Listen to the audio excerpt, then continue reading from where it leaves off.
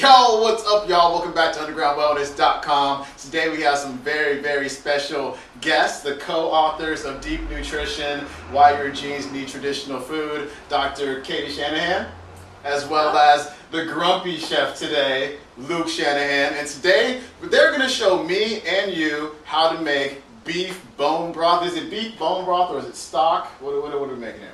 It's stock. Stock. All right, we're gonna make some stock today. We made chicken a couple weeks ago, so today it's beef. We got some weird joint right here that we can't figure out. We've got some knuckles here that I got from the store this morning. Lots of vegetables. Luke, I'm gonna let you take it away and just kind of lead me through the deal. I'm gonna have my other camera here to kind of follow along, so you go for it. So I'm gonna be the one doing the work and the chopping stuff. Yeah, you're gonna be doing all that stuff. All right. Yeah. Fine.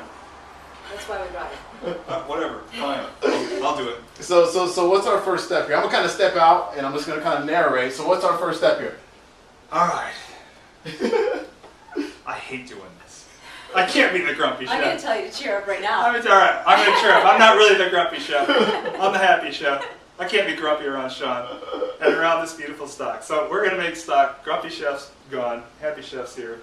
Here's the magic of all this right here. This is, and Cate was showing us earlier, she's a doctor, so she knows, and she said, yeah, that's a joint, definitely. What we asked for was a knee. We think this might be a front knee or a hip, but the magic is in here where you get the... shiny stuff. Why don't you tell them what that stuff does? Well, this shiny, cartilagey, translucent stuff has something called glycosaminoglycans in it, and that long-sounding molecule is a very special kind of compound that you cannot get anywhere in the edible world other than joint tissue and bones. And it turns out that it's actually a missing food group from our food pyramid. Because it has nutrients in it that we cannot get anywhere else. And when you eat them, it goes through your digestive system without being chopped apart. Survives it. And it acts like a hormone to stimulate these cells called fibroblasts, which are the cells that lay down collagen in your joints, in your tendons, even in your arteries. It makes those fibroblasts wake up. It's literally has an effect like a growth hormone, like people inject themselves with. It's one of many factors that you need in addition to those hormones for those fibroblasts to wake up and produce collagen. In order to brown this meat, the first thing we're going to do, we're making a brown stock, which means we're going to brown the meat. And in order to do that, we're going to have to lightly oil it. If you don't oil it, at the surface you get evaporation of the moisture inside the meat, and the evaporation cools the surface and prevents the browning. So you've got to lightly oil the meat. We're going to do an old Anthony Bourdain trick, and we're going to add to that. We're not just going to. We're going to do it right in the pot. So is this on here now, like Pour it, so? Go crazy, yeah. And then so the oil goes on first, and then. Yeah. All right, so I'm going to lightly oil this meat. Like I say, that prevents the evaporation that comes off the skin. And won't allow the surface temperature to get hot enough to get the nice brown color. So go ahead and right in the bowl there, do about half that can. Okay. And then how much flour?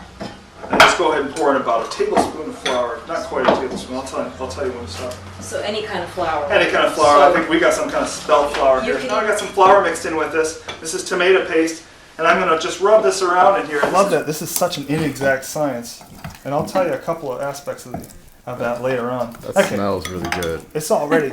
We're going to brown these bones. You could brown these bones. Some chefs will brown the bones as low as 200. That'll take some time. That'll take over hour and a half, couple hours, probably at least. I don't do it that low. I like to go about 350. I've even heard some chefs go as 450 to get that extra caramelization faster. But I think 350 is a good medium number. So let's go with that. Here we go. Yeah, baby. Let's see how this is doing. It's been in here at 350 for about, 25 minutes or so? 27? Yeah, okay, now we're seeing a little bit of the color change up here, that kind of caramelization stuff, but we're going to want more color changed out. We want to see some real, you'll see in a little bit. Now, since we got about 25 minutes, I'm just going to get all this in here. I just lightly oiled these. That protects the vegetables, and also, just like the meat, allows them to brown a little bit more readily. There we go. Nice. You want to use the biggest pan you can for this, because the more you crowd it, the less the color you get. Alright. See you in 20 minutes, baby. Okay, that's the stuff. That looks So this good. kind of stuff here, that's the kind of color you want. We're not overcooking it and turning it into a little brown nugget. You know, we're just trying to get the lovely color and some of that color in the veggies. We could get a little more color in this if we wanted to, but let's have a fresher, lighter stock this time, and we'll say that's good enough. Okay. Here comes home, baby. Ready? Oh There she yeah, goes. that's it. All right, cold water. We have enough cold water to fully cover everything plus an inch. If you have any sticking out, it'll oxidize, you'll get off flavors, and you won't be able to extract the flavor and the nutrient. And we're adding a little bit of red wine. About a cup. All right. The alcohol will cook out by the time we have a finished stock, so you don't have to worry about that. The benefit of the wine, the acid, is it leaches calcium out of the bones. So this becomes great for your joints and your bones. There we go. Onto the stove and onto the heat. So I'm turning this on high because I'm going to stir it. I wouldn't turn it on high and just leave it. Number one rule of making stock, you might remember from last time, the chicken stock, don't boil your stock. You can bring it up to a simmer, but as soon as you see it start to simmer, I want you to turn it down to the lowest setting on your stove, and we're going to cook this for a good 12 hours at the lowest setting. All right, we're going to let that get hot, and we're not going to boil it. Why don't you ever boil your stock when the bones are in the water? Because you'll release off flavors and components and proteins that create a bitterness and a cloudiness in your stock that straining will not fix. We're going to go ahead and add, we could go half a can. If you're a tomato fan, go ahead and go the whole can. Now, how long has that been on the stove so far? It's only been on there about 15 minutes, and I've got it on high, but I'm watching it and I'm stirring it. I don't want to boil it. I want to get it up to that point where it's real hot, just short of a boil, and then we're going to go to a simmer. So I'm going to add that in there. And there's some more acid to leach out that calcium out of that bone. So Luke, it's about 3 o'clock p.m. and this has to be there for 12 hours. Do I have to get up at like 3 a.m. to do anything? Stir it around and all that. No, you're good. Once we get up to a real low simmer, which they call it bouillon, Cate said it's a good word to use, the bouillon.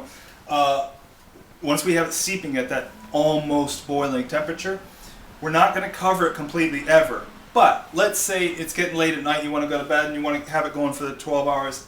If you feel safe about it, and I do this, I want your absolute lowest setting on the stove, and either uncovered or partially covered, never completely covered, and at the absolute lowest setting on the stove. That's plenty hot. When you wake up in the morning, it'll still be hot, trust me. Or if you're like, I don't feel comfortable leaving the stove on overnight, that's cool. Here's what you do. Have it partially covered, but leave a little space in the side for steam to escape. And when the oven's totally off, here's what I do.